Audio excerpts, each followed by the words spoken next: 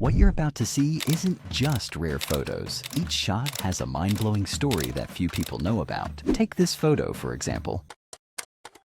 Men ride donkeys across a basketball court, likely during a game of donkey basketball around 1970. This novelty sport, often played as a fundraiser in school gyms, involved participants trying to play basketball while mounted. Spectators watch the chaotic scene from the sidelines. Computer pioneer Douglas Engelbart demonstrates revolutionary technology during the Mother of All demos in San Francisco, December 1968. He's showcasing early versions of the computer mouse, hypertext, windowed computing, and video conferencing. This event previewed many elements of modern personal computing decades ahead of time. African-American migrants from Florida stand beside their heavily loaded car in Shawboro, North Carolina, July 1940. Photographer Jack Delano captured this moment during the second wave of the Great Migration. They were heading north, seeking better economic opportunities, reportedly towards Cranberry, New Jersey. Members of the Beach Boys carry a surfboard along the shore, likely during a promotional photo shoot in the early to mid-1960s. Wearing matching plaid Pendleton shirts over white tees was a signature look for the band early in their career. Their music famously celebrated Southern California surf culture. President John F. Kennedy addresses an immense crowd estimated at 450,000 people in West Berlin on June 26, 1963. He delivered his famous Ich bin ein Berliner speech from the steps of Rathaus Schöneberg. The speech was a powerful statement of U.S. support for West Berlin during the Cold War. Soviet circus performer and animal trainer Olga Borisova poses with one of her lions in this photo by Lev Schwartz from 1977. She worked with her husband Alexander Bugrov, presenting acts involving lions and sometimes horses. Borisova came from a family with a long history in Russian circus performance. A section of the Great Wall of China winds through mountainous terrain in this photograph from 1907, taken before major modern restoration efforts. The wall appears weathered but still imposing. Two figures stand on the battlements, providing a sense of scale to the massive structure. A woman works under the hood of a Ford Woody station wagon while a young person handles tools nearby, likely in the 1940s. Wood-paneled station wagons like this were popular family vehicles during that era. This Life magazine photo captures a scene of everyday car maintenance. Flight attendants representing various international airlines stand before the first Boeing 747 jumbo jet, likely around its rollout in late 1968 or 1969. The liveries of launch customers like Pan Am, TWA, BOAC, Lufthansa, and Japan Airlines are visible on the massive aircraft. This plane revolutionized long-haul air travel with its unprecedented size. Actress Winona Ryder appears in this portrait taken for Rolling Stone magazine in 1991. This was during a very busy period in her early career, following popular films like Heathers and Edward Scissorhands. The photo captures her youthful look from that successful era. Steve Jobs rides his BMW motorcycle in this 1981 photograph taken by Charles O'Rear for National Geographic. The magazine wanted a standard portrait, but Jobs insisted on being photographed riding his bike. This image appeared in an article titled High Tech, High Risk, and High Life in Silicon Valley.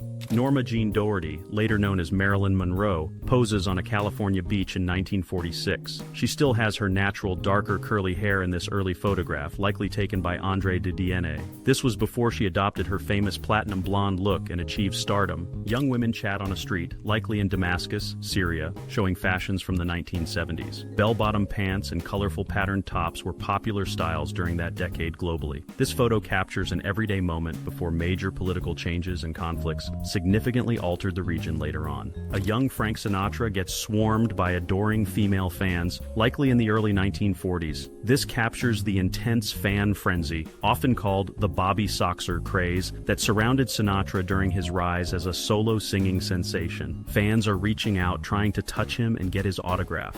Elvis and Priscilla Presley pose for a formal portrait around 1971. Elvis sits holding a distinctive cane dot. This was during his Las Vegas residency period, reflected in the elaborate blue stage suit. Actors Steve McQueen and James Coburn sit on a motorcycle with a sidecar, November 1st, 1962. This photo was taken behind the scenes during the filming of the classic World War II movie, The Great Escape, in Germany. Director John Sturges stands behind them, observing the scene. This comparison shows the dramatic changes in Athens, Greece, over more than 150 years. The top photo from 1862 reveals a sparsely built city around the base of Mount Lycabettus. The bottom now photo displays a sprawling modern modern metropolis covering the landscape, with Lycabettus illuminated at night. Marilyn Monroe chats with legendary jazz singer Ella Fitzgerald at the Macombo nightclub in Hollywood, likely around 1955. Reportedly, Monroe helped persuade the club owner to book Fitzgerald, promising to sit front row every night. Ella credited Marilyn with helping boost her career significantly with that engagement. President Franklin D. Roosevelt sits for a portrait, likely in his study during his time in office. He led the United States through the significant challenges of the Great Depression and World War II. Roosevelt served an unprecedented 4 terms as president before his death in 1945. New automobiles gleam under the lights in this dealership showroom, photographed around 1931. The elegant space features tiled floors and substantial wood-paneled columns. These cars represented the latest automotive designs available during the early years of the Great Depression. A young Benito Mussolini, before becoming Italy's dictator, is carried away while being arrested in 1915. This occurred during protests related to Italy's potential entry into World War I. Mussolini, initially a socialist journalist, shifted his political stance towards nationalism around this time. Arnold Hogg uses a long stick to help photograph himself and his wife Helen in Warwickshire, UK, back in 1925. Holding the camera out on the stick allowed them to capture a self-portrait together. This image predates the modern concept of the selfie stick by many decades. British actress Madeline Smith poses with a bicycle in this photo from 1971. She appeared in various British comedy films and television shows during the late 60s and 70s. Smith is also known for her role as an early Bond girl in Live and Let Die. Actress Yvonne Craig is seen in this studio portrait, likely taken during the 1960s. She's best known for playing Batgirl in the final season of the Batman television series, 1967-68. Craig was also a trained ballet dancer before her acting career. Fashion designer Pierre Cardin sits surrounded by models wearing his futuristic nurse uniform designs from 1971. These space-age looks, featuring geometric shapes and unconventional headpieces, contrasted sharply with mainstream styles. Cardin was known for pushing boundaries in fashion throughout his career. Photographer Margaret Bourke-White captured this dramatic scene during a German air raid over Moscow on July 26, 1941. Streaks of anti-aircraft fire cross the night sky above the Kremlin, whose towers are silhouetted against explosions or flares. This image documented the early intensity of the air war on the Eastern Front. Men joyously celebrate the repeal of prohibition in the United States, likely late 1933. One man drinks directly from a small barrel, while others raise large mugs of beer near a piano. The end of the nationwide alcohol ban brought about widespread public celebrations like this one.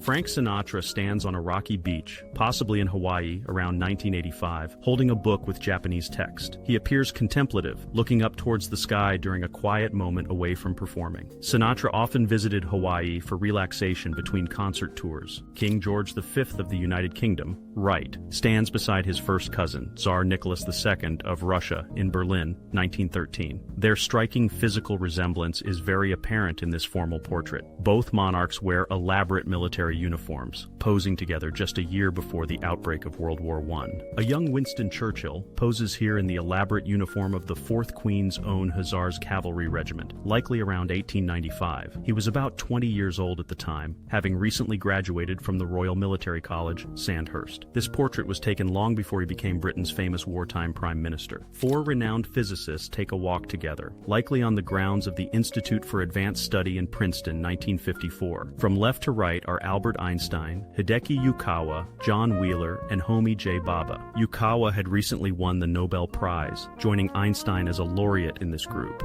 A Soviet researcher or reporter interacts with an emperor penguin chick in Antarctica around 1966. Dressed warmly in expedition gear, including a fur hat, he holds out what looks like a microphone or recorder. This moment captures the human presence, engaging with wildlife during Antarctic exploration. Carrie Fisher, wearing Princess Leia's famous metal bikini from Return of the Jedi, poses with someone in a Darth Vader costume. This photo comes from a 1983 Rolling Stone magazine beach photo shoot promoting the film. The unusual pairing took place away from the movie's desert or forest settings. Actress Veronica Lake demonstrates the potential danger of her famous peekaboo hairstyle in this staged 1943 photo. It was produced during World War II to encourage female factory workers to adopt safer hairstyles around machinery. Lake temporarily changed her own popular style as part of this safety campaign. Actress Natalie Wood gets hair and makeup touch-ups while seated on set. Judging by the photo code PC 139.5, this is likely during the filming of Penelope.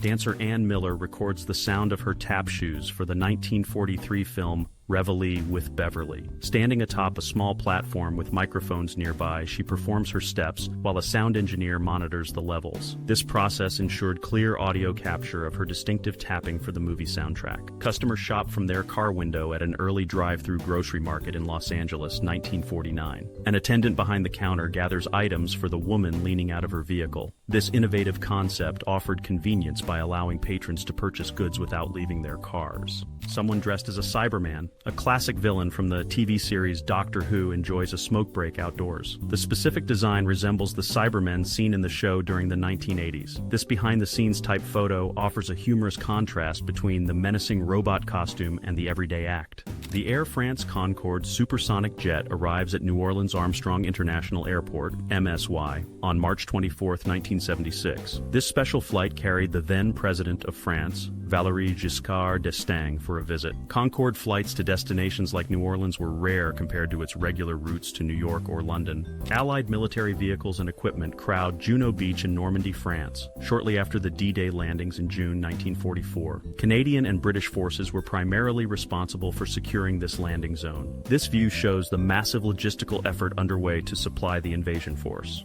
Lewis and Florence Shotridge, members of the Tlingit Nation from Alaska, posed for this studio portrait around 1912. Lewis was a pioneering Native American ethnologist and museum curator. This photo, possibly taken during their time associated with the University of Pennsylvania Museum, shows them in plain-style attire often used for educational purposes then. Two German soldiers, identified as father and son serving in the same regiment, read a letter together at the front during World War I, 1915. The younger soldier holds the letter while the older one looks over his shoulder. This poignant image captures a shared personal moment amidst the conflict. Cuban leader Fidel Castro stands inside the Thomas Jefferson Memorial during a visit to Washington, D.C. in April 1959. This trip occurred just a few months after the Cuban Revolution brought him to power. He undertook this unofficial tour of the U.S. seeking recognition and potentially aid for his new government. People clamber up the massive stone blocks of the Great Pyramid of Giza in this photograph from around 1875. Taken by Henri Bichard, it shows a time when climbing the ancient wonder was a common, albeit dangerous, activity for tourists. Nowadays, scaling the pyramids is strictly prohibited to preserve them. Elton John sits at a piano built into the bar aboard his private plane, nicknamed the Starship, in 1976. During the peak of his 70s fame, the customized Boeing 720 included lavish features like this. He often used the plane for touring between concert dates.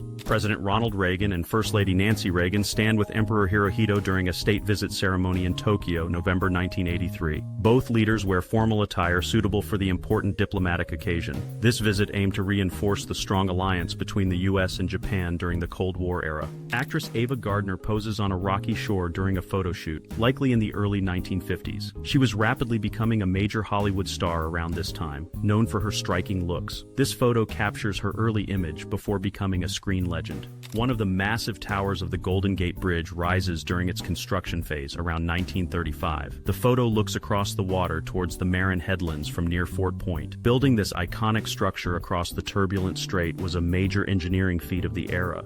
Astronaut Neil Armstrong, famous for being the first man on the moon, tries his hand at making pizza in this 1969 photo. He's seen smiling in a kitchen setting, wearing a chef's hat and apron. This captures a relaxed, down-to-earth moment shortly after his historic lunar mission. Comedy duo Stan Laurel and Oliver Hardy relax in chairs during a break on a movie set. This photo was likely taken during the filming of their 1932 short Toad in a Hole, based on their costumes. They appear to be enjoying a cup of tea between takes. Actor Bruce Willis stands behind L.R. writer-director Quentin Tarantino, actress Maria de Medeiros, and co-writer Roger Avery. This photo appears to be taken behind the scenes during the making of the influential 1994 film Pulp Fiction. They are posed casually near some production equipment outdoors. Several famous faces watched the performances at the Live Aid concert at Wembley Stadium, London, on July 13, 1985. Pictured in the stands are Princess Diana, Prince Charles, David Bowie, and members of the band Queen. Organized organizer Bob Geldof is seen speaking with Diana in this shot from the historic charity event. Actress Debbie Reynolds shares a moment with her young daughter, Carrie Fisher, in this photo from 1961. Carrie looks up at her mother, who holds a decorative basket. This was many years before Carrie Fisher would achieve her own fame as Princess Leia in Star Wars. Mary Wallace smiles from the driver's seat of a Chicago Transit Authority (CTA) bus around 1974. That year, she made history by becoming the first woman hired to drive a bus for the CTA. She remained a popular driver with the authority for over 3 decades. 3 men pose in different styles of traditional samurai armor for this studio photograph by Kusakabe Kimbei around 1880. They hold distinct weapons: a yumi, bow, a sai-hai, commander's baton, and a yari, spear. This hand-colored image captured detailed warrior attire from Japan's feudal past. Survivors from the RMS Titanic gather on the deck of the rescue ship, RMS Carpathia, in April 1912. The Carpathia arrived hours after the Titanic sank, picking up over 700 people from lifeboats. This photograph shows some of those rescued during their journey to New York. A woman pumps gasoline into her car, likely a Chevrolet Nova, at a self-service station during the mid-1970s. The sign prominently displays gas prices around 49 cents per gallon, reflecting the era of fuel shortages and rising costs. Self-serve pumps were becoming increasingly common at this time. A rare moment of downtime for Highland soldiers around 1915, using a blanket toss to blow off steam before heading into the meat grinder of the front lines. Roughhousing like this was a world away from the grim reality of trench warfare waiting just miles off. Back in '35, the iconic sign overlooking Los Angeles actually read Hollywoodland, just like it did when first erected in 1923. It started not as a movie symbol, but as a massive $21,000 illuminated ad for a new housing development, only intended to stand for about a year and a half. The Chamber of Commerce eventually took it over and removed the land part in '49, giving us the sign we know today. Franklin D. Roosevelt navigated America through the Depression and World War II, largely from a wheelchair hidden from public view. Polio had paralyzed him years earlier, but photos almost exclusively showed him standing or leaning, projecting an image of physical strength deemed crucial during national crises. Life in a World War I trench for Scottish Highlanders meant enduring more than just enemy attacks. Constant exposure to mud, cold, and diseases like trench foot was a brutal reality, sometimes made worse by their traditional wool kilts in the wet conditions. Drag racing's flamboyant 70s era featured duos like Jungle Jim Liberman and Jungle Pam Hardy, seen here with his funny car. Pam was integral to the show and the operation, doing everything from guiding the car after burnouts to packing the crucial parachutes. Liberman, famous for pushing limits with wild burnouts and high appearance rates, relied on Pam's trackside work to keep their high-energy act running across countless events each year. Talk about nerve. That's cowboy performer Monty Montana asking President Eisenhower if he can rope him during Ike's own inaugural parade in '53. Eisenhower actually played along, stood up in the reviewing stand, and Montana managed to loop the rope around his shoulders from 15 feet out. This chaotic scene is straight out of the British comedy Carry On Again, Doctor from 1969, with regulars like Barbara Windsor and Charles Hawtrey. The Carry On movies were famous back then for slapstick humor and tons of cheeky innuendo, kind of like a seaside postcard come to life. Here you've got Hollywood royalty in 1963, Peter, Henry, and Jane Fonda. Henry was the established legend, while Jane was hitting her stride on Broadway, and Peter was just starting his own path towards counterculture films. Captures a moment before Jane's activism took center stage, and Peter hit big with Easy Rider, showing 3 distinct personalities within one famous and famously complicated family. Somewhere on the long, brutal march towards Berlin in 1945, Soviet troops got a moment's break watching this acrobatic performance staged right on their tanks. Imagine the contrast: battle-hardened soldiers surrounded by the machinery of war, finding a brief, surreal distraction from the grim reality they faced daily. These kinds of frontline entertainments were vital for morale during the final push of World War II. Ford, Fisher, and Hamill goofing around during the Empire Strikes Back era, likely 1980 when the movie hit big. Empire really cemented Star Wars mania, and this shot catches the off-screen dynamic of the trio who carried that galaxy far, far away. You see the mix of Hamill's playful energy, Fisher's wit, and Ford's cool that fans loved both on and off the screen. This formal dinner shows French WI veterans known as les gueules cassées, the broken faces. Trench warfare often resulted in horrific facial injuries, and these men formed their own support association in 1921. starkly naming themselves after their shared experience. Gatherings like this provided community for those dealing with visible wounds often misunderstood by society. That's Einstein strolling at Princeton in '54 with Hideki Yukawa, Japan's first Nobel physicist John Wheeler, who'd named the black hole, and Homi Bhabha, father of India's nuclear program.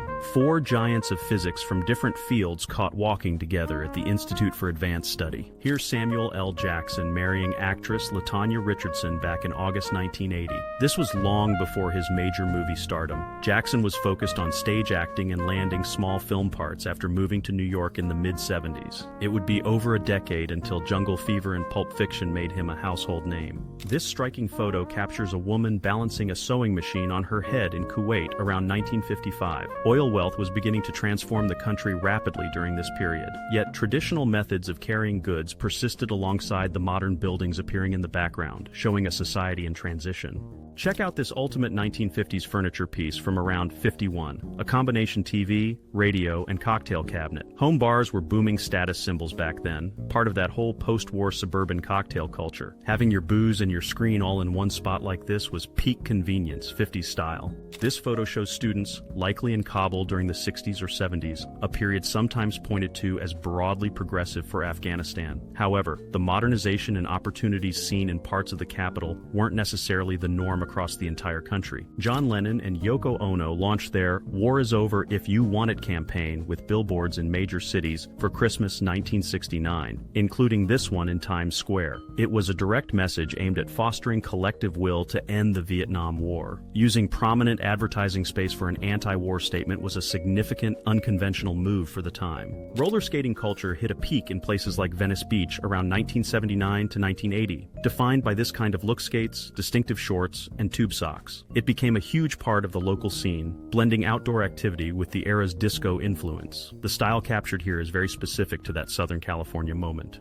Color shots of Afghanistan from '61 aren't easy to find, so this market scene is pretty interesting. Looks like a regular busy market day, the kind of thing that was normal before decades of conflict changed everything. Just look at all that fruit piled high in the stalls. This portrait captures Sybil Shepherd around 1972, a key moment right after her breakout role in 1971's The Last Picture Show. That film launched her career almost instantly, leading directly to another major part in The Heartbreak Kid, released the same year this photo was likely taken. She quickly became one of the most talked about new actresses in Hollywood. Looking at Paris's Rue de Rivoli, 1900 versus 2016, the structure looks remarkably similar. Much of central Paris got this uniform style during Baron Haussmann's massive rebuilding project in the mid-1800s. Strong preservation rules later helped maintain this look, unlike many other European cities that saw more destruction or modern redevelopment. That's Michelle Phillips of the Mamas and the Papas fame with Dennis Hopper. Captured during their infamously short marriage in 1970, it lasted just 8 days. Hopper was riding high off Easy Rider but known for his intensity, while Phillips was navigating life after her band's breakup. They tied the knot on October 31st and Hopper filed for divorce on November 8th. These fellas picking hops in Kent, England, back in 1928 used stilts simply because they had to. Hop vines shoot up incredibly tall, sometimes 20 feet or more, so workers needed the extra height to reach the valuable cones near the top. This method was common practice in hop-growing areas like Kent for ages, before machines started doing most of the work. Meet Ruth Carroll Taylor, hired by Mohawk Airlines in late 1957 and recognized as the first African-American flight attendant in the U.S. Originally a registered nurse, she broke a significant color barrier in the industry, but her job lasted only months due to the airline's then-common marriage ban. Taylor later became an activist and author, writing a book aimed at helping black men navigate American society. On the huge set of 1959's Ben-Hur, filmed at Rome's Cinecittà Studios, even Roman centurions took breaks. Here, some actors in costume gather around a Vespa scooter between takes. Making the movie was a massive undertaking, involving thousands of extras and elaborate ancient world sets. Jane Mansfield was already a major blonde bombshell by 1957, known for playing up her rivalry with Marilyn Monroe and her glamorous image. Here she's posing with that year's Miss Hollywood, whose name seems lost to time but whose expression says quite a lot. Mansfield was a master at grabbing publicity, often setting up photo ops like this to keep her name in the papers during her peak years.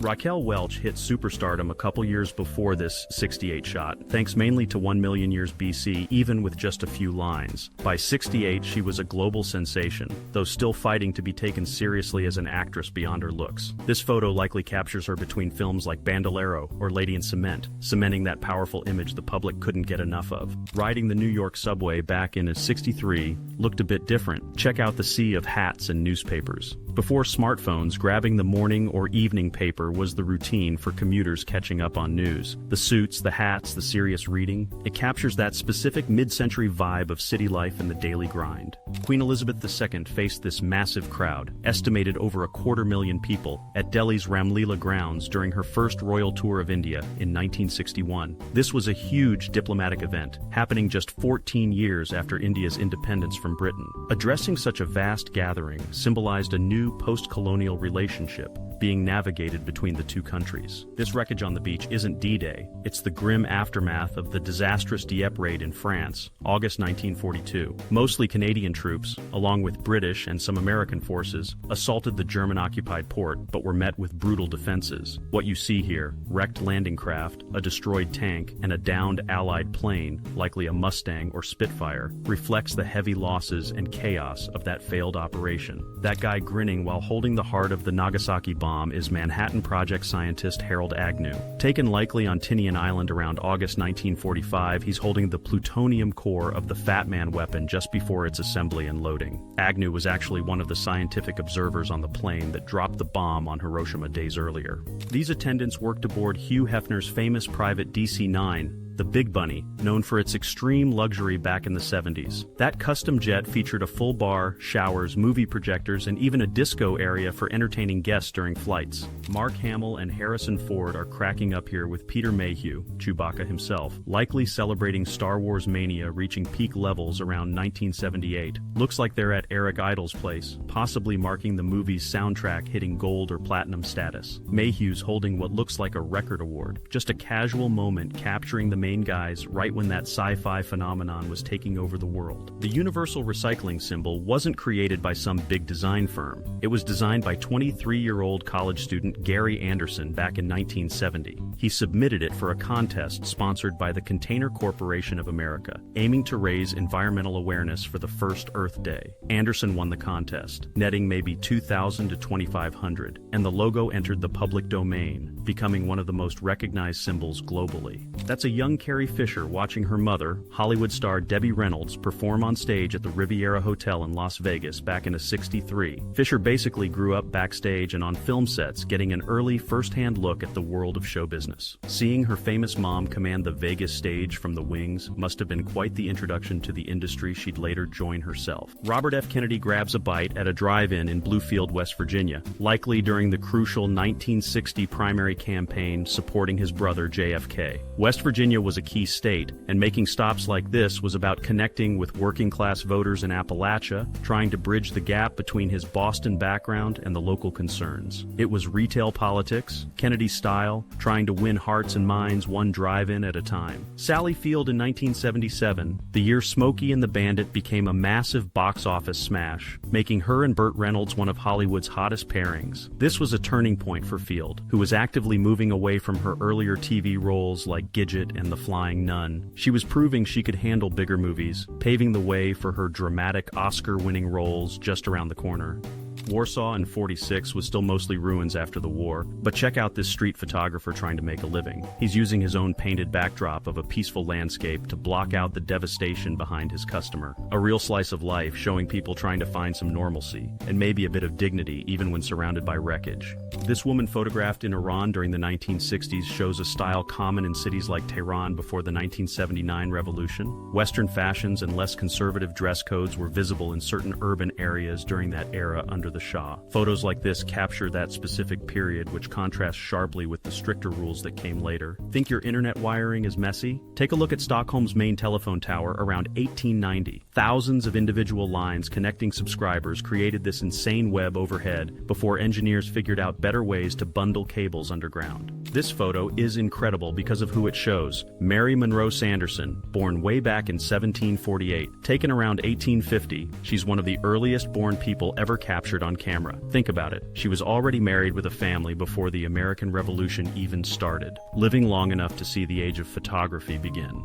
Witnessing the Hindenburg arrive in Lakehurst, New Jersey in 1936 must have been something else. At over 800 feet long, this German airship was the biggest aircraft ever built, a floating symbol of luxury travel across the Atlantic. Not your typical interview subject. This looks like a Soviet reporter out on the ice in Antarctica back in '66, trying to get a word with a local penguin. Bundled up against the cold, mic in hand, it's a quirky snapshot from one of those tough Antarctic expeditions. Probably didn't get much of a quote from the bird, though. The resemblance here is just uncanny. Britain's King George V on the right and his first cousin, Tsar Nicholas II of Russia, on the left, pictured together in Berlin in 1913. Dressed in military uniforms, they could almost pass for twins. Just a year later, World War I would erupt, eventually leading to the tragic end of Nicholas and his family. Yep, that's Madonna, looking very young here, likely photographed in the late 70s or possibly very early 80s. This would be before she hit the big time with her music career taking off in 82, 83. Just captures her pre-fame look, probably when she was still dancing and trying to make it in New York City. That's the legendary Johnny Unitas, quarterback for the Baltimore Colts, calling for quiet from the crowd at Yankee Stadium. This tense moment is from the final drive of the iconic 1958 NFL championship game against the New York Giants. Often called the greatest game ever played, it ended dramatically in sudden death overtime, with Unitas leading the Colts to victory. 1963 was a hell of a year for Paul Newman, the year he really dug deep with the movie HUD. Playing that cold-hearted Texas rancher earned him another Oscar nomination and showed folks he wasn't just a pretty face with blue eyes. Coming off hits like The Hustler, HUD proved Newman could handle darker, more complex roles and wasn't afraid to play an unlikable guy. Alright, here's Mae Musk back in the late 60s. Think around 69 when she was a finalist for Miss South Africa. This wasn't just some random boat trip. She was already working as a model then, years before Elon came along. She kept that career going alongside raising her family later on. That's Frida Kahlo, forced to paint from her bed after a horrific bus accident smashed her up years earlier. She turned her situation around, had this special easel built so she could keep making her intense self-portraits. Much of her most famous work came right out of that room, dealing with her pain. There's candidate Jimmy Carter trying to look energetic, hopping that rope line during the '76 presidential campaign. He was really pushing that outsider, man of the people image, different from the usual stiff politicians. This kind of unscripted moment was pretty typical for him on the trail. This shot from Glen Cove, Long Island in '56 really captures that mid-century summer vibe on the East Coast. You see the family groups, the wood-paneled station wagons likely parked just off camera. The whole scene feels very specific to that time. Life seemed a bit slower, maybe simpler back then.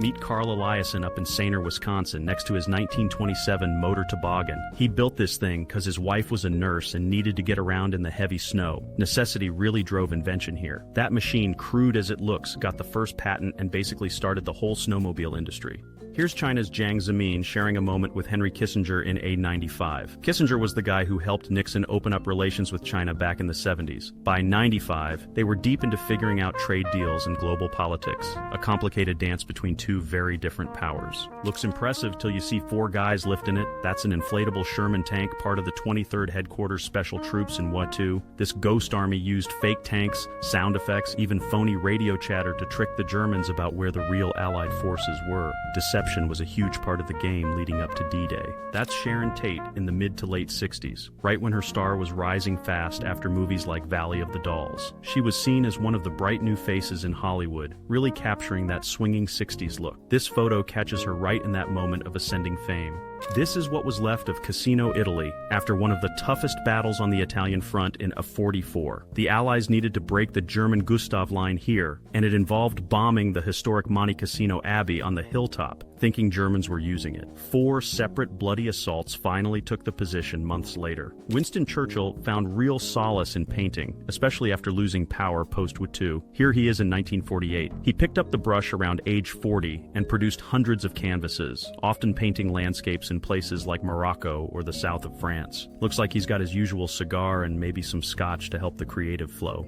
There's Charles Lindbergh, probably not long before his historic solo flight across the Atlantic into 27. He looks pretty calm next to the Spirit of St. Louis, but that flight was a massive gamble, 33 and a half hours alone over open ocean. He was just a young airmail pilot before this catapulted him to worldwide fame. This photo's from Naples, Italy, probably late 1800s, showing how they used to make macaroni. They didn't have big factories then. Pasta makers would hang the fresh strands outside on racks to dry in the sun and air. You can see the workers, and even a dog watching the process right there on the street. During World War II, materials like nylon and silk were needed for the war effort. Think parachutes. So women couldn't easily buy stockings, leading to places like this shop in 1941 painting stockings right onto their legs. Some even drew a seam line down the back to make it look more real. This famous shot of Veronica Lake getting her hair caught isn't quite what it seems. It was staged in 1943. Her popular peekaboo hairstyle was actually seen as a safety hazard for women working in wartime factories. So the government asked her to pose for this publicity photo to encourage women workers to adopt safer hairdos. That's a young Goldie Hawn covered in body paint for the comedy show Rowan and Martin's Laugh-In back in 1968. The show was known for being wild and pushing boundaries, and this kind of goofy, eye-catching stuff was typical.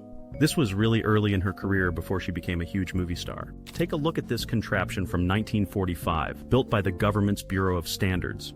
It was designed specifically to test how long women's shoes would last, walking them mechanically mile after mile. Guess they wanted to make sure stuff held up after the war years. That's Kaiser Wilhelm II, the guy who ran Germany right into World War I, rocking that pointy helmet he was famous for, though here he's got a cape and is having a smoke. Within a few years of a photo like this, his empire would be gone and he'd be living in exile. Here are a couple of Japanese ladies in Tokyo, 1941, having a laugh at Winston Churchill. They're holding his picture with WC underneath, which, you know, means toilet over in Britain. Shows you the kind of feelings running high between enemies during the war. This scene's from a street in China, probably around the 1920s. Gives you a real glimpse of everyday life back then, long before all the modern changes. See the fella getting a ride on that handcart? That was common transport for folks. Even the biggest star on the planet had to serve Uncle Sam. That's Elvis Presley in his army fatigues. This would have been late 50s when he got drafted. A huge deal at the time. Looks like he's lining up a record, maybe spinning some tunes for the guys. Well, here's a side of Winston Churchill you don't see too often, ready for a dip. This was probably taken at a French beach resort sometime between the wars. Even world leaders needed a break from running things sometimes. That's the beautiful actress Jean Tierney relaxing on a gondola in Venice, right around 1945. She was a big name in Hollywood, known for movies like Laura. Captures that post-war feeling, people starting to travel and enjoy life again. This takes you back to Afghanistan in 1950, a far cry from the images we're used to seeing. Just shows folks living their lives along a stream or river, a glimpse into a more peaceful time decades ago. The landscape itself looks pretty rugged even back then. Here's Elvis making his movie debut in Love Me Tender back in '56. He's got that intense look going with his co-star Deborah Paget. Must have been something seeing the rock and roll king up on the big screen for the first time. Young Steve Jobs on his BMW motorcycle back in 1981, captured by National Geographic. Apparently they wanted a standard portrait, but Jobs insisted they shoot him riding his bike instead. Shows that independent, maybe stubborn streak he was known for early on. That's Raquel Welch, likely snapped sometime in the mid-60s when she became a huge sensation. After films like 1 Million Years BC, her image was everywhere. This photo really captures that bombshell look she was famous for. Here's another look at wartime ingenuity from the 1940s. With nylon stockings hard to come by, ladies would paint their legs to get the look. This gal is carefully drawing the seam line with makeup to make the effect more convincing. That looks like Cheryl Ladd, probably taken while she was starring in Charlie's Angels in the late 70s. Pretty cool seeing her sporting a Star Wars t-shirt. Captures two big pop culture phenomenons from that era in one shot. This portrait from 1912 shows Louis and Florence Shotridge, who were Tlingit people from Alaska. Back then, photo studios often had folks wear generic Plains Indian outfits, which wasn't accurate for their actual heritage. Louis himself was actually dedicated to preserving Tlingit culture and history. Here's Jane Fonda caught in a candid moment, grabbing some groceries sometime in the late 1960s. Even big Hollywood stars had to run errands like the rest of us. Looks like a pretty normal supermarket scene from back then. That's Walt Disney himself looking over the construction of Sleeping Beauty Castle back in '54. They threw Disneyland together in just about a year. A pretty wild rush job for something that big. You can see the scaffolding everywhere. It was a huge gamble turning that Anaheim orange grove into his dream park. Meet Abby Pudgy Stockton, one of the first gals to really get into serious weightlifting back in the '40s. She was a regular down at Muscle Beach in Santa Monica, way ahead of her time for women's fitness. Standing just over 5 feet, she was strong as heck and helped pave the way for female bodybuilders. This was Balboa Beach, California, spring break 1947, shot by a Life magazine photographer. Thousands of young folks flocked there after the war, ready to cut loose and soak up the sun. Looks like a pretty relaxed scene here, just enjoying the sand and the company. There's Ava Gardner with Mickey Rooney, probably sometime during their short marriage in the early '40s. She was just getting noticed in Hollywood, while he was already one of the biggest movie stars around. Quite the glamorous couple, even if things didn't last long between them. That's Bill Paxton, Liam Neeson, and Patrick Swayze, kicking back behind the scenes of their movie Next of Kin from '89. They played three brothers from the sticks caught up in some trouble in the big city. Looks like just a relaxed moment between takes for these guys. Snowfall in Jerusalem is a pretty rare sight, so this photo from 1921 really captures something unusual. You see some local women or older individuals enjoying the novelty, maybe having a snowball toss. Just a simple moment of fun during an uncommon weather day back then.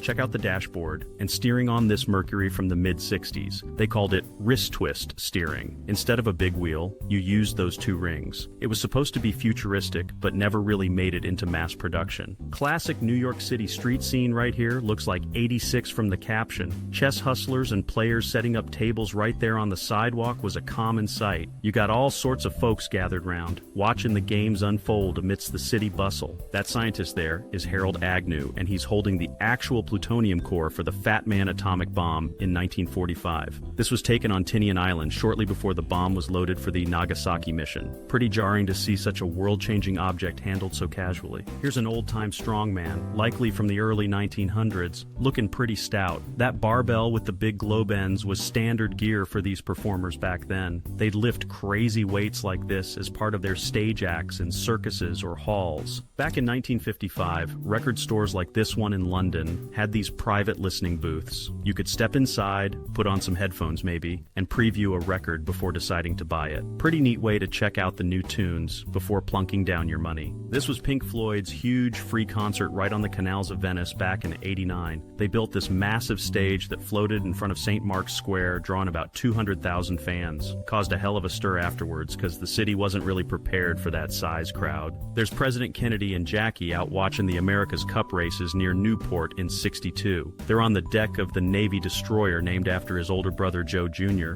who died in the war. The Kennedys were big into sailing, really loved being out on the water. Quite a contrast here, looking at London from the era around 1920 versus more recently. Back then, things were built lower, lots of chimneys. Tower Bridge stands out clear. Now you see all the modern glass skyscrapers that have shot up, totally changing the look of the place. These two fellows look almost identical. That's King George V of England and his cousin Tsar Nicholas II of Russia in 1913. They were in Berlin for a royal wedding, dressed up in German uniforms as was the custom then. Crazy to think that just a year later, their countries would be fighting Germany in the Great War. This longship is the real deal, pulled out of the ground over 100 years ago in Norway. It's called the Oseberg ship, found buried with 2 women and tons of artifacts around 900 AD. Now it sits in a museum in Oslo, looking pretty impressive for being over 1,000 years old. That's Mick Jagger, probably around 1963 or 64, right when the Rolling Stones were just starting to hit it big. He hadn't quite developed that strutting frontman persona yet, just a young guy with a different kind of intensity before they became worldwide stars. Hard to believe, but that's the Beatles playing to barely anyone at the Palais Ballroom in Aldershot, December 1961. Apparently, the local newspaper didn't run the ad, so only about 18 people showed up. Just imagine seeing them in a room that small, right before they exploded onto the scene. This studio photo from around 1880 shows men dressed in traditional samurai armor, holding various weapons. It was taken by Kusakabe Kimbi, a well-known Japanese photographer of the time. The samurai class had officially been abolished years earlier, so this was likely portraying a historical image. That's Lydia Litviak, a Soviet fighter pilot during World War II known as the White Lily of Stalingrad. She holds the record for the most aerial victories by a female pilot, credited with around a dozen solo kills. Litviak disappeared during the Battle of Kursk in 1943 when she was just 21. Here's a peek inside a disco club in East Germany around 1975. Even behind the Iron Curtain, folks found ways to have fun and listen to popular music. Looks like a pretty low-key gathering compared to Western discos, but the clothes definitely have that 70s vibe. Believe it or not, that's George Clooney, probably a school picture from the mid-70s, rocking that feathered hair and patterned shirt, looking like any other guy from that era. Definitely a long way from the smooth movie star he'd become years later. That gentleman is Jupe Sinju from Philips, showing off the brand new compact disc back in 1979. He's holding it next to a vinyl record to show the size difference. This little thing was meant to replace those big LPs. Philips worked with Sony on it, and the first players and discs hit the market in '82. This was in New Zealand 1981. A lineup of Princess Diana lookalikes waiting to meet Prince Charles. It really shows the massive Diana mania that swept the world even before they were married. Everyone seemed fascinated by her, even leading to lookalike contests. That's actress Pamela Hensley playing Princess Ardala in the sci-fi show Buck Rogers in the 25th Century from 1979. The show was known for its campy style and flashy costumes. Ardala was the main villain, always trying to either conquer Earth or snag Buck Rogers. Check out the size of that fish. That's Edward Llewellyn, with a 425-pound giant black sea bass he caught off Catalina Island, California, way back in 1903. Back then, these massive fish were common, but overfishing later made them critically endangered. This photo was taken the day Albert Einstein died in 1955, showing his office desk exactly as he left it. Just stacks of papers, books, and his notes on the blackboard at Princeton's Institute for Advanced Study. Gives you a real sense of the brilliant mind that worked there right up until the end. Absolute madness here. This was the scene outside Melbourne Town Hall when the Beatles visited Australia in 1964. Tens of thousands of fans jammed the streets just trying to get a glimpse of the Fab Four. Beatlemania was in full swing, a level of hysteria nobody had really seen before. This carving comes all the way from 9th century India, made out of black chlorite stone in Rajasthan. It's a female torso showing some pretty detailed work for something over 1,000 years old. Now you gotta go to the V&A Museum in London if you want to see it in person. That's a young Michelle Pfeiffer posing next to a big engine block, probably around 1980. This was likely a promo shot for one of her early movies, The Hollywood Knights. She was just getting started back then, before becoming a major star. Check out this early motorized scooter putting around New York City back in 1923. Looks kinda like a scooter mixed with lawnmower parts. Barely enough room for two. Must have been quite the sight seeing these things navigating the streets back then. This is inside the Tokyo Metropolitan Police headquarters back in 1980. They had this huge electronic map showing traffic flow across the city. Below it, you see all those TV monitors keeping an eye on major intersections. Pretty advanced stuff for the time. Here's a look inside an early auto service station, probably late 20s or early 30s. See the Model A up on that hydraulic lift. That was new technology back then for getting underneath. Mechanics earned their keep with pure elbow grease and know-how, no computers needed. That long line snaking up the mountain is prospectors heading over the Chilkoot Pass in 1898. This was the height of the Klondike Gold Rush, thousands chasing dreams of striking it rich. They had to haul tons of supplies up this steep, snowy pass just to be allowed into Canada. There's the hard rockin' band, the Runaways, back in 1975. You got Jackie Fox on bass, Sandy West behind the drums, holding the sticks, and Joan Jett with the guitar. They were one of the first big all-female rock groups, known for their tough sound and image. Talk about a rough job. This poor fella is collecting golf balls on a driving range around the 1920s. He's wearing a homemade protective cage made of wire mesh to avoid getting beamed. Guess safety equipment wasn't exactly top of the line back then. This massive display was part of a fascist rally in Italy, 1937. The banner shows Mussolini with a movie camera proclaiming cinematography is the strongest weapon. It's a stark look at how the regime viewed film purely as a tool for propaganda and control. That's a young person sitting backstage, watching her mother, Debbie Reynolds, perform at the Riviera Hotel in Las Vegas. This photo's from 1963, capturing a quiet moment between the famous entertainer and her offspring. Pretty cool glimpse into a showbiz family life. Here's a shot from the construction of the World Trade Center towers in New York. You can see the unique floor truss system being put into place high above the ground. It was a massive engineering project, building these giants floor by floor. Check this out. John Lennon and his young son visiting the set of the TV show Happy Days in 1974. There he is hanging out with Richie, Potsy, Ralph Malph, Fonzie, and Mr. C. Just a wild collision of different pop culture worlds right there. Now that's how you make an entrance. Frank Sinatra stepping out of a helicopter looking sharp in a suit and fedora. He's even got a drink in hand, ready to go. This was probably taken around the mid-60s, peak chairman of the board style. That's Rita Hayworth back when she was still known as Margarita Cancino, posing by a pool. This was before Hollywood changed her hairline, dyed her hair red, and turned her into a huge star. Shows you what she looked like before the big Tinseltown transformation. There sits the massive RMS Titanic, docked before its maiden voyage in April 1912. You can feel the anticipation from the folks gathered on the dock, looking up at the brand new ocean liner. Nobody knew the history that this ship was about to sail into. Paris streets in 1875 had these pissoirs for fellas needing a quick stop. This one, made of cast iron, popped up after the city started cleaning up its sanitation mess. They were torn down later when indoor plumbing became the norm by the early 1900s. Tanya Roberts is geared up as Kiri for The Beastmaster in '82, shot out in the California desert. The film's budget was tight, so they used real animals instead of fancy effects. This guy's perched up during the pole sitting championships in the Netherlands, August '71. Some competitors sat for over 90 hours straight, dealing with wind and rain. The winner snagged a small cash prize and a whole lot of bragging rights. At Twycross Zoo in the UK, around the 70s, this chimp's bottle feeding a leopard cub. Zookeepers paired them up because the cub's mom couldn't care for it. Alec Guinness and Omar Sharif are taking a breather on the Lawrence of Arabia set in '62, out in the Jordan Desert. The heat hit 120 degrees some days, and they still had to wear heavy costumes. Sharif nearly passed out from dehydration during one long shoot. Lydia Smirnova's posing for a portrait in '50, shot by Viktor Ruikovich in a Moscow studio. She'd just starred in A Cossack Went Across the Danube, a big hit back then. Most of her pay went straight to taxes under Stalin's tight grip. Richard Peter Sr. shot this from Dresden's Town Hall Tower right after the February '45 Allied bombing. The firestorm burned so hot it melted steel, wiping out entire neighborhoods. Over 1,600 acres of the city center turned to rubble in just 2 days. John Dominus snapped this at the Supergiant in Rockville, Maryland, back in '64 for Life magazine. Shoppers are loading up on stuff like TV dinners, new on the shelves then. Cashiers punched every price by hand since scanners weren't a thing yet. In the late '80s, Soviet stores like this one often had bare shelves, even for basics like meat. People would line up for hours if they heard a shipment might come in. By '91, some cities were down to ration cards for bread and sugar. Marilyn Monroe's singing for U.S. troops in Korea, February '54, on a 4-day USO tour. She performed in below freezing weather, wearing just a thin dress to keep the boys' spirits up. Over 60,000 soldiers showed up across her 10 shows. This counter-protest in NYC, late '60s, got heated over the Vietnam War. That sign, calling draft card burners America's dung, shows how some folks backed the war hard. Clashes like this happened a lot as protests grew bigger each year. The Mercury Streamliner, shot here in Chicago in '36, was New York Central's pride.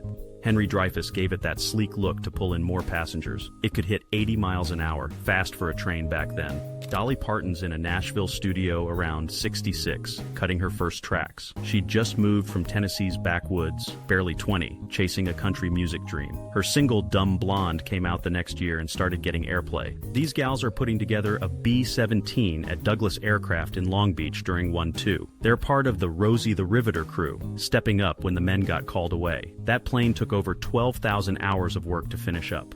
Howard Carter's team snapped this in Tutankhamun's tomb antechamber right after opening it in '22. You've got chests, chariot parts, and a cow-shaped couch all crammed in there. Everything sat untouched for over 3,000 years before they got to it. These guys are washing windows on the Empire State Building back in the '30s. They're up hundreds of feet, working on narrow ledges with just basic ropes. It took a full crew about a week to clean the whole building. Frank Sinatra's stepping out of a chopper in the '60s, holding a drink and looking sharp. He used helicopters helicopters to get around quick during his busy touring days. That suit and hat were his signature style back then. Bob Feller's winding up for a pitch with the Cleveland Indians in the late 30s or 40s. His fastball was clocked at over 100 miles an hour, a big deal back then. He took a break from baseball to serve in the Navy during World War II. A photographer's setting up in Warsaw, November 46, with a painted backdrop to hide the city's ruins. Folks would sit for portraits to feel a bit of normalcy after the war. That camera he's using needed a full minute to capture one shot. Marilyn Monroe's chilling in a pool around 60, sipping a drink and smiling. This shot's a rare break from her usual Hollywood spotlight moments. That swimsuit was a bold pattern for the time. Marceline Bertrand's posing here in the late 70s, rocking a velvet jacket. She stepped back from acting after splitting with Jon Voight around that time. Her focus shifted to raising her two little ones, including Angelina Jolie. Lydia Litviak, a Soviet pilot, is seen in these colorized WU-era shots. They called her the White Lily of Stalingrad for her flying skills. She logged over 150 missions before going missing in 43. The Motormat Drive-In in LA, around 48, had rails to slide food trays right to your car. Those little awnings kept the sun off your meal while you ate. It was a hit with folks who loved grabbing a quick bite on the go. This is the Great Hall of Hitler's Berghof in the Bavarian Alps, shot in 49 after it got wrecked. The big window used to frame views of the mountains before the place fell apart. Visitors came to see what was left of the retreat after the war.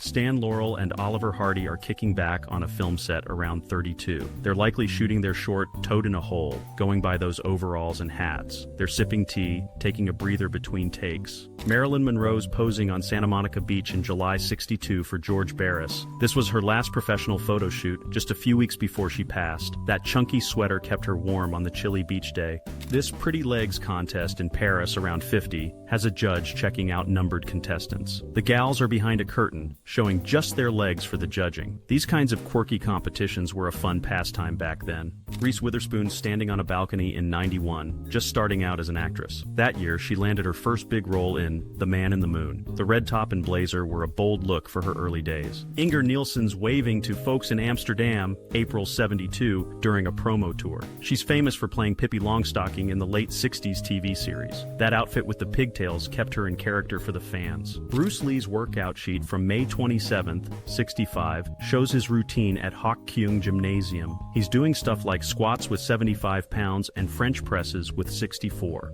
That kind of strict plan helped him build his famous strength. Folks are playing chess on NYC sidewalks in 86 right on a busy street. You'd see tables like this in parks and corners all over the city back then. Players used timers to keep the matches quick and lively. Benito Mussolini's getting hauled off by cops during a protest in 15. He was pushing for Italy to join World War I, splitting with his old socialist buddies. This happened way before he became Italy's leader in the 20s. This gal's roller skating on a California beach path in the 70s, soaking up the sun. Those floral shorts and skates were all the rage back then. Coastal spots like this were packed with skaters on weekends. Howard Carter's looking over Tutankhamun's mummy in the 20s, inside the Valley of the King's Tomb. This colorized shot shows the tight space he worked in to study the remains. The find brought out artifacts that hadn't been touched in over 3,000 years. Sharon Tate's posing here, likely late 60s, showing off her natural look. She was getting noticed for roles like in Valley of the Dolls around that time. She was married to Roman Polanski when she passed in 69.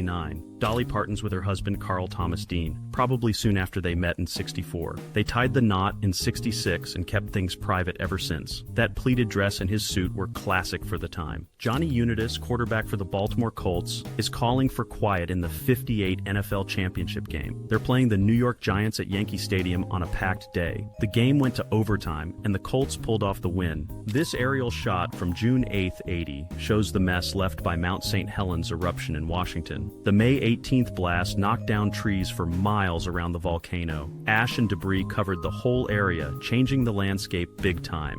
This Burger King in NYC, shot in 74, has that classic orange and yellow look from back then. Yellow taxis like the one parked out front were all over the city streets. The sign out front was pushing their new breakfast menu at the time. Marilyn Monroe's pumping iron with dumbbells in this 52 shot. She was big into fitness to keep her figure during her rising film career. Jane Mansfield striking a pose for a promo shoot, probably mid-50s. She's got point shoes on, giving a nod to ballet for the camera. That outfit and setup were part of her glamorous Hollywood vibe back then. An Apollo 17 astronauts getting suited up for the 72 mission. They stuck a rough Velcro patch inside the helmet near the nose for scratching itches. That suit took a team hours to put on before launch. The head of the Statue of Liberty is on display in a Paris park around 83. Sculptor Frederick Auguste Bartholdi showed off parts like this to raise money for the project. It got shipped to New York in pieces a couple years later. These fellas are sharing a barrel of drinks right before Prohibition hit in January 20. The barrel's got "Roll Out the Barrel" written on it, a nod to the last legal round. They're outside a warehouse, likely toasting the end of an era.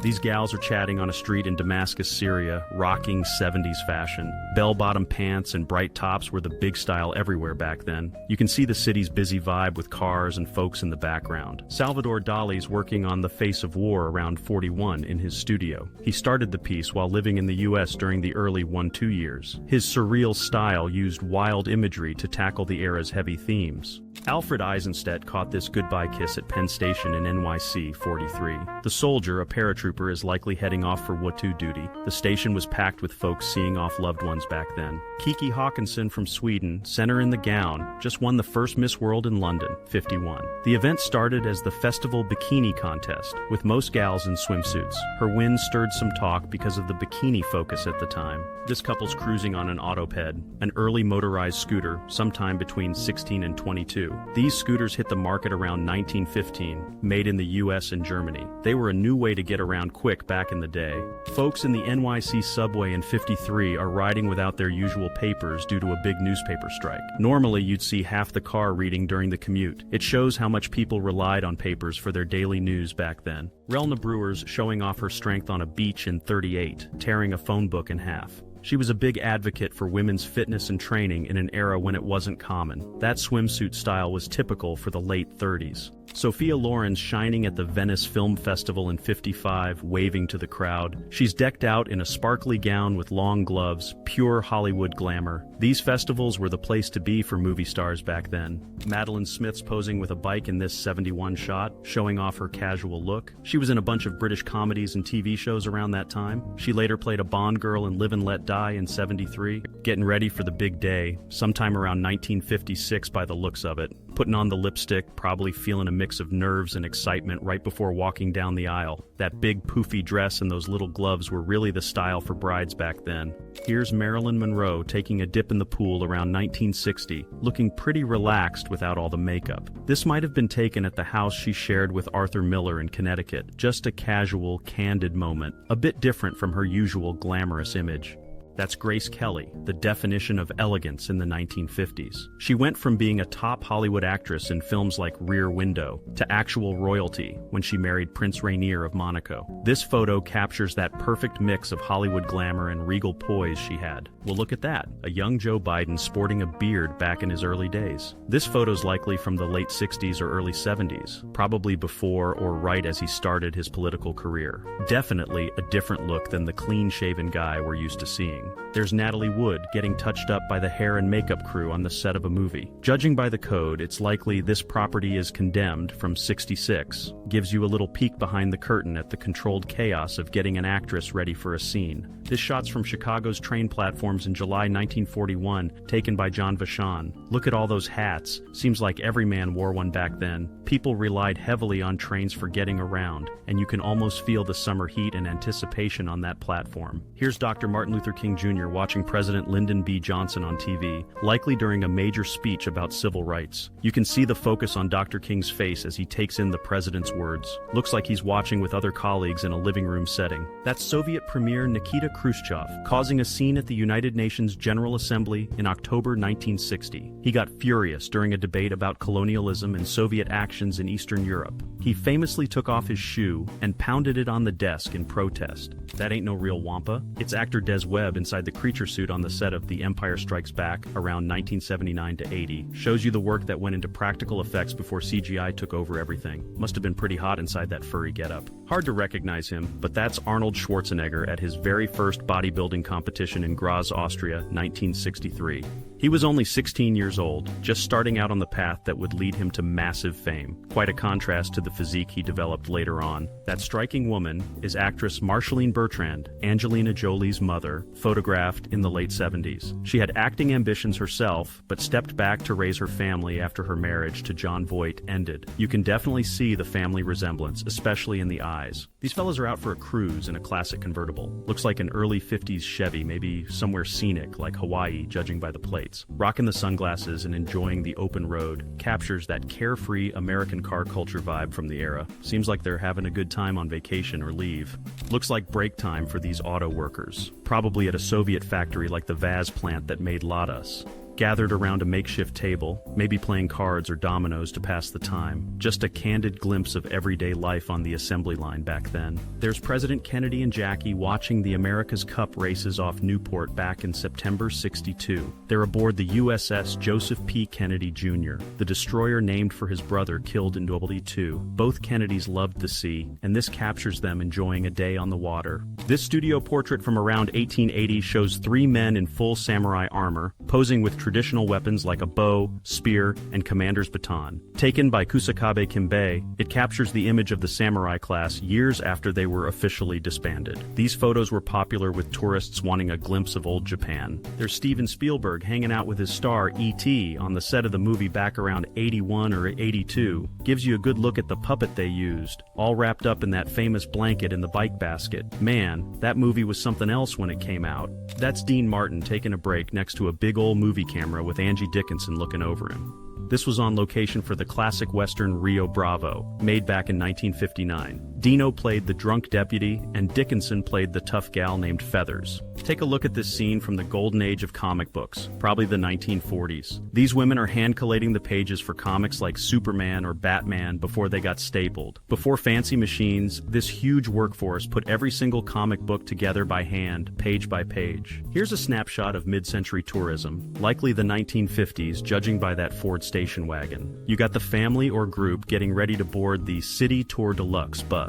Back then, hopping on a bus like this was a popular way to see the sights in a new town. This photo by Jack Delano captures a family of African-American migrants stopped by the roadside in North Carolina, July 1940. They were heading from Florida up to New Jersey, seeking better jobs and opportunities during the Great Migration. Their car is piled high with everything they own, showing the tough journey they faced. Here's a colorized view of Venice's Grand Canal around the turn of the 20th century. You see the gondolas gliding past the classic architecture, with the Santa Maria della Salute Church standing out. These kinds of tinted photos were popular souvenirs for travelers back then. That's Jamie Lee Curtis around 1978, right when she became famous as the star of the horror movie Halloween. She came from Hollywood royalty. Her folks were Tony Curtis and Janet Leigh. This photo catches her fresh-faced look early in her long career. These folks are standing inside the ruins of Hitler's mountain retreat, the Berghof, in 1949. They're looking out through the space where his huge picture window used to be, overlooking the Bavarian Alps. The place was bombed during the war and later completely leveled. Check out Bruce Lee's actual workout routine sheet from May 27, 1965. It lists exercises like squats, curls, and push-ups, showing the exact weights and reps he was doing. Shows the incredible discipline and detailed planning he put into his training way back then.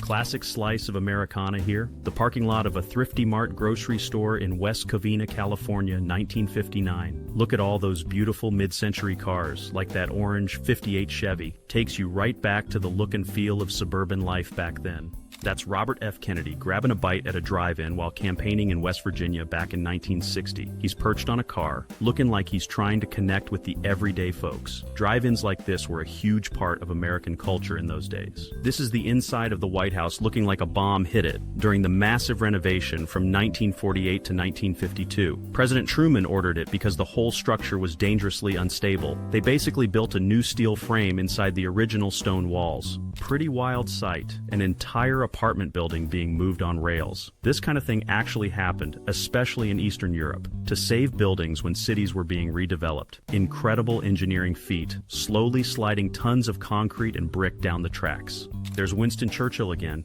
ready for a swim, likely at a beach resort somewhere in France. This photo probably dates from the 1920s or 30s between the wars. Gives you a rare glimpse of the famous prime minister just relaxing by the seaside.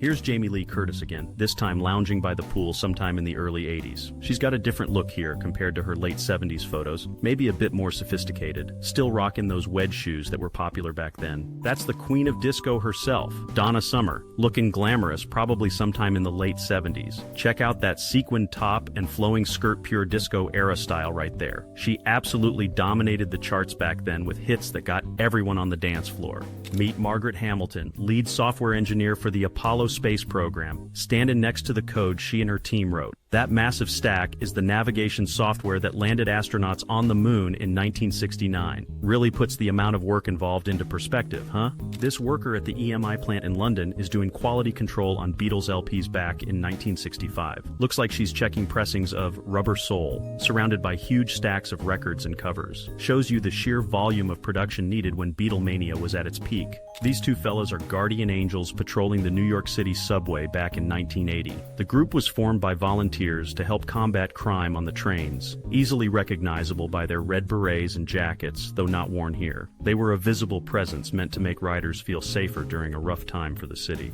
Hardly looks like the future president, but that's a young Theodore Roosevelt during his time at Harvard in the late 1870s. Before the Rough Rider image, he was apparently a pretty skinny guy who struggled with asthma. Quite a transformation from this fella to the larger-than-life figure he became. Yeah, that's George Clooney again, likely a school photo from the mid-70s, way before the fame. You can see the era written all over that hairstyle and patterned shirt, just a regular-looking guy back then. That fresh-faced guy with the big smile is Stephen Colbert, back in his college days around 1984. Long before the Colbert Report or late-night TV, he was just another student. You wouldn't necessarily guess the sharp comedian he'd turn into from this picture. There's a super young Jim Carrey trying to thumb a ride back in 1981 when he was just 19, full of that manic energy even then, long before hitting it big in movies. Just a kid from Canada trying to make his way. These are American paratroopers from the 101st Airborne getting briefed in France, March 1945. They shaved their heads into mohawks to intimidate the enemy before jumping across the Rhine River into Germany.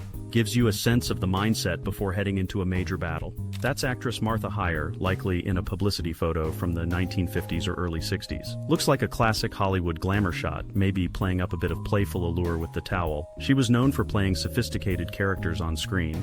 Actress Charlotte Rampling, striking a pose back in 1976. She always had this cool, intense presence, known for taking on some pretty bold roles. This photo definitely captures that striking, somewhat mysterious quality she projected. There's Jane Seymour relaxing outdoors sometime in the 1970s. This was likely around the time she became famous worldwide for playing solitaire in the James Bond movie Live and Let Die. Just a natural, easygoing look from that era. Classic Venice Beach scene from the late 70s or maybe 1980. Roller skating was huge then, and the fashion was something else. Short shorts, tube socks, crop tops, the whole deal. Just captures that sunny, carefree California vibe perfectly. This picture shows a woman with an infant carrier shopping in what looks like a Soviet grocery store during the later years of the USSR. The empty refrigerated cases are pretty stark, hinting at the shortages that became common. Gives you a glimpse into the challenges of daily life back then. Check out these high school graduates in the Soviet Union around 1989. They're wearing the traditional uniform dark dresses with those white aprons and big hair bows. Gotta love those late 80s hairstyles they're rocking too. That was the look back then. This tough-looking fella was a rural mail carrier way up in Sweden back in 1900. That massive fur coat wasn't just for show. He needed it to survive the brutal winters while making his rounds. Imagine trudging through snow like that just to deliver the mail. Here's the pool scene at the El Rancho Vegas Hotel back in July 1942. El Rancho was one of the first big hotel casinos on what became the Las Vegas Strip. Even with the war going on, folks were still trying to relax and enjoy the desert sun. That's Benito Mussolini getting roughed up and arrested during street protests in Italy, 1915.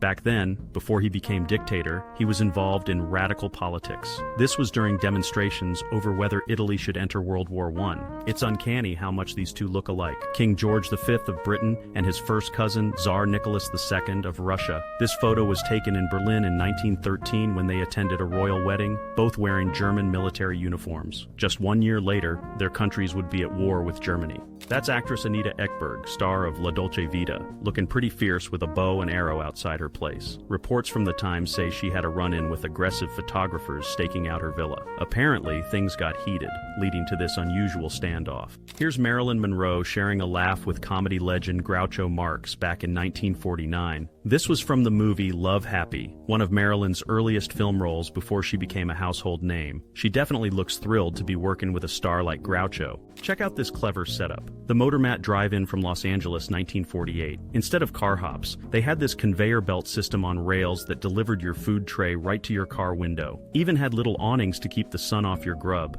That's Colonel T.E. Lawrence, better known as Lawrence of Arabia, riding a camel sometime around 1916. He was the British officer who became famous, helping lead the Arab revolt against the Ottoman Empire during World War I. This picture captures that almost mythical image he had. Here's an early flight attendant, or stewardess as they called them, serving drinks aboard a plane likely in the 1930s. Air travel was a real luxury back then, and attentive service like this was part of the experience. Note the sign says, "Smoking permitted." Different times, all right. That's Goldie Hawn again, covered in body paint for that wacky TV show Rowan and Martin's Laugh-In around 1968. The show was famous for its fast pace and sight gags, and this kind of stunt was right up its alley. Helped make Goldie a star before her big movie career. Here's martial arts master Bruce Lee training actress Sharon Tate, likely in 1968. Lee worked as a fight choreographer for Tate's film The Wrecking Crew that year. Shows him demonstrating some moves for her on set or during practice. This handshake took place in Geneva, Switzerland, November 1985. It's U.S. President Ronald Reagan meeting Soviet leader Mikhail Gorbachev for their very first summit, a major moment in the Cold War, kicking off talks that eventually helped ease tensions between the superpowers.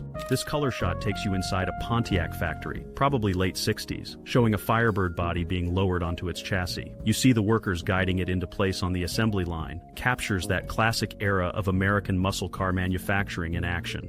Marilyn Monroe posing in a sheer pink outfit back in 1952. This photo was taken by Philippe Halsman, one of the famous photographers who helped create her iconic image. Captures her right as she was becoming one of the biggest stars in the world.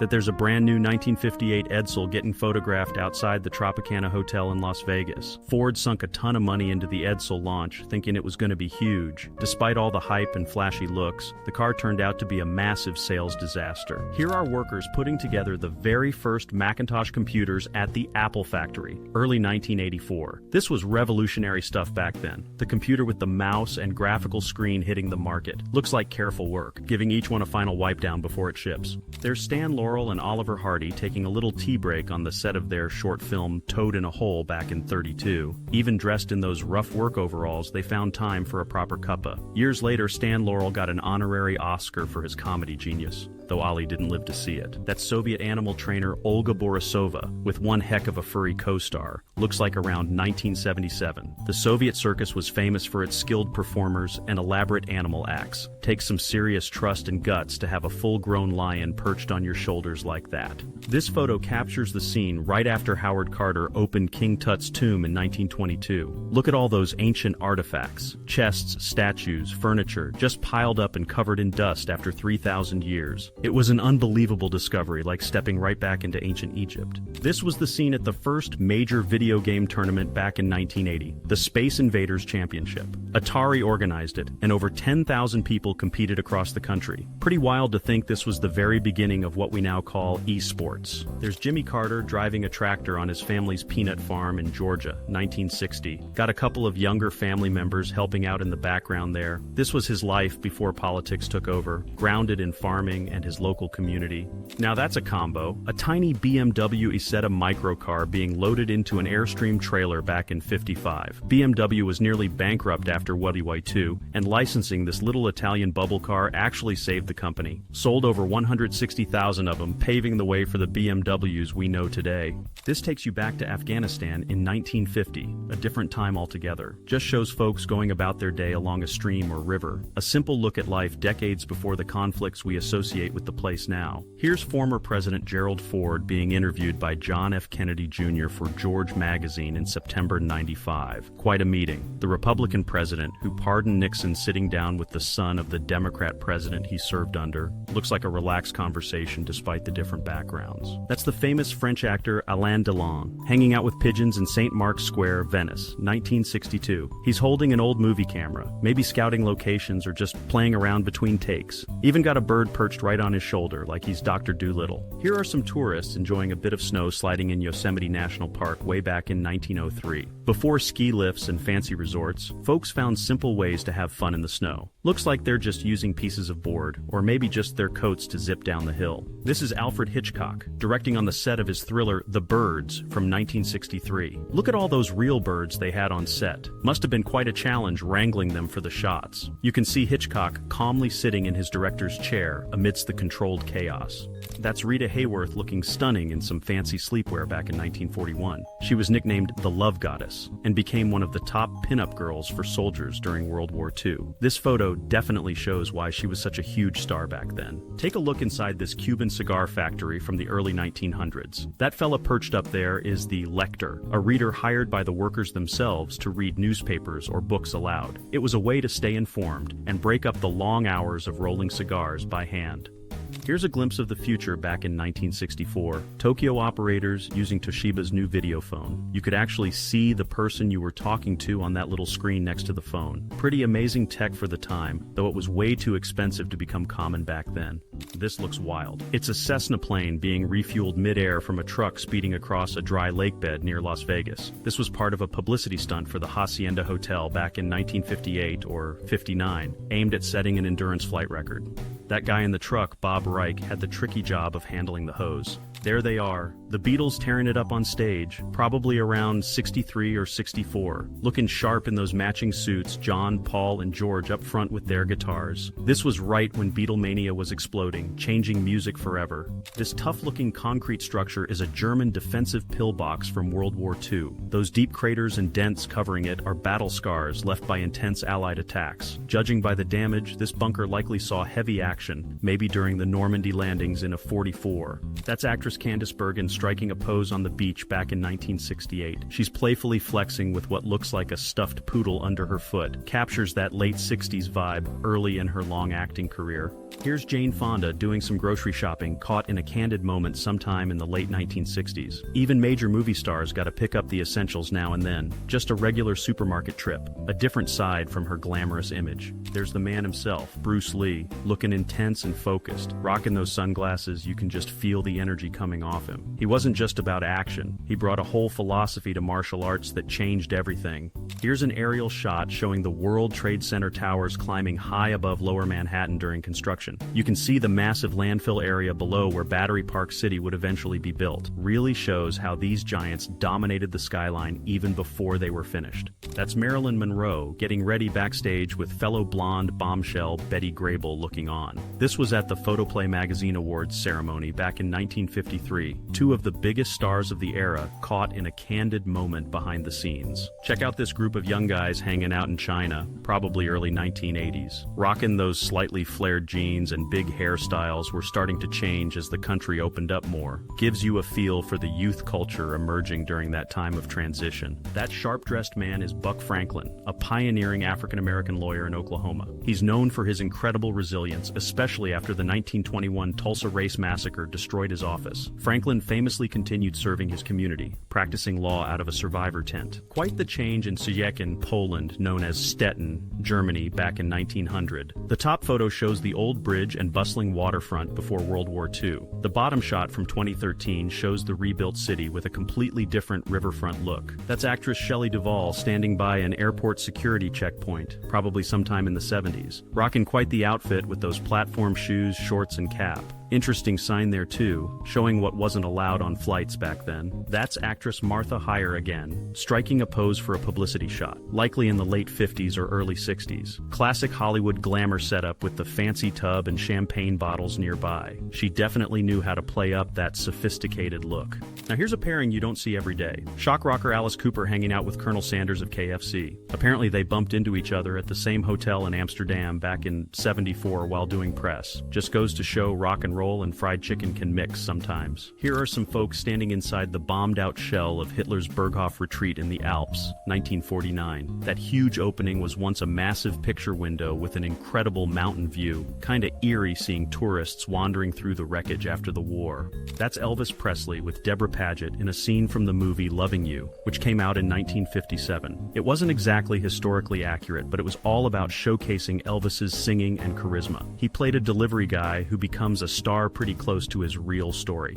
Take a look down into the massive locks of the Panama Canal during construction, around 1912. This is before the gates were installed, and the whole thing was flooded with water. Just incredible concrete work and engineering on a scale the world hadn't seen before. That elegant woman is Dorothy Dandridge, a real groundbreaker in Hollywood. She starred in Carmen Jones in 1954 and became the first African-American actress nominated for the Best Actress Oscar. She faced a lot of barriers but paved the way for many others who came after her. Talk about intensity. This Bulgarian soldier is giving his fiercest battle cry for the camera during World War I around 1916. You can see the grit and maybe the stress etched on his face. A pretty stark portrait from the front lines of that brutal conflict. This photo captures the hustle and bustle inside a supergiant supermarket in Maryland back in 1964. Look at those aisles packed with goods and all the shoppers filling their carts. Gives you a real feel for that mid-century grocery shopping experience before big box stores took over.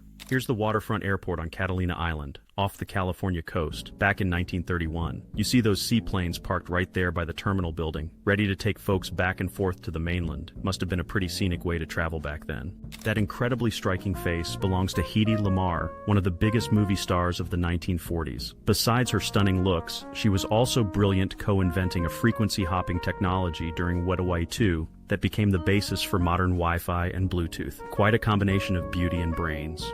This image shows what looks like a model or concept design of a futuristic aircraft inside a large test facility or hangar. The design seems to be the XFA-33 mentioned in some fictional sources or games. Pretty sleek-looking plane, even if it's just a model or rendering. Here's another look at that spring break scene on Balboa Beach, California, 1947. Just a group of young women soaking up the sun on the crowded sand. A real slice of that post-war optimism and carefree beach culture taking hold. Pretty daring shot. This photo was taken inside the U.S. Supreme Court back in 1932, where cameras were strictly forbidden. Photographer Dr. Eric Salomon reportedly faked a broken arm to hide a small camera inside his sling. One of the very few images ever captured during an actual court session back then. Here's a high-fashion ad for Emporio Armani, using the Great Pyramid of Giza as a dramatic backdrop. Shot by Christian Moser back in 1994, it's quite the contrast modern style against ancient wonder. Definitely an eye-catching way to sell clothes. This photo shows soldiers trudging through heavy snow during the brutal winter campaigns of the Korean War, sometime in the early 1950s. You can almost feel the cold and exhaustion just looking at them marching through that bleak landscape. Gives you a sense of the harsh conditions those troops endured. Absolute pandemonium outside Melbourne Town Hall for the Beatles' visit in 1964. Thousands upon thousands crammed the streets just hoping for a look at the lads. This was Beatlemania cranked up to 11. Pure hysteria like nobody had seen.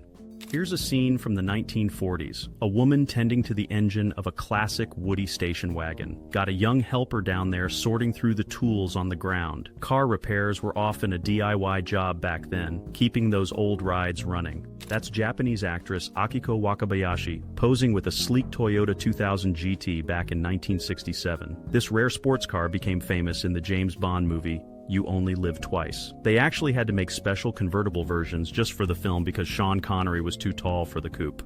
This touching photo was taken during the fighting in Normandy, summer of 1944. A French woman offers a drink to an exhausted British soldier taking a break against a storefront. Just a small gesture of kindness and gratitude amidst the liberation of France. There's Debbie Reynolds sharing a sweet moment with her young companion, Carrie Fisher, back around 1961. Debbie was a huge star, and Carrie would obviously follow in her footsteps years later. Just a nice family photo before things got really famous for both both of them. Check out the wild architecture on the Covina Bowl bowling alley in Southern California. This style, called googie, was big in the 50s and 60s, full of sharp angles, swooping roofs, and flashy signs. Really captures that optimistic space-age vibe of the era. This setup from Budapest back in 1901 was called the Telefon Hermando, or Telephone Herald. This fella reads the news into that special mouthpiece, and subscribers could listen in over their phone lines. It was kind of like radio before radio even existed. Pretty ingenious stuff. That's Jungle Pam Hardy, a fixture on the drag racing scene back in the 1970s. She worked with racer Jungle Jim Lieberman, famous for her eye-catching outfits and stage routines backing up his funny car. She definitely knew how to get the crowd's attention at the track. Here's director George Lucas talking with Mark Hamill, Luke Skywalker, on the desert set of the first Star Wars movie. Looks pretty windswept and chilly, probably filming those early Tatooine scenes in Tunisia. Gives you a feel for the tough conditions making that sci-fi classic. Here's another look at early air travel, likely 1930s, with a flight attendant serving drinks. Notice the guy on the left wearing headphones, maybe listening to radio or just engine noise reduction? Either way, air travel was a different beast back then, complete with cocktail service. Look at the size of this beast. It's Admiral Byrd's Antarctic snow cruiser, built around 1939 for polar exploration. This massive vehicle was supposed to cross Antarctica, but had tons of problems and basically didn't work well in the snow. Quite an ambitious failure seen here drawing crowds before it shipped out. This postcard view shows a busy Woolworth store. Looks like Houston around Christmas 1964, judging by the decorations. Aisles packed with everything from office supplies to Christmas goodies. Woolworth's was the place to go for just about anything back in the day. There's David Bowie striking a typically cool pose in Paris 1977, rocking the vest and silky shirt, looking sharp against that big flower arrangement. This was during his productive Berlin period, always changing his look and sound. That's President Richard Nixon, showing some form down at the White House bowling alley. Looks like he's hosting winners from an international bowling tournament. Even presidents gotta unwind sometimes, maybe knock down a few pins.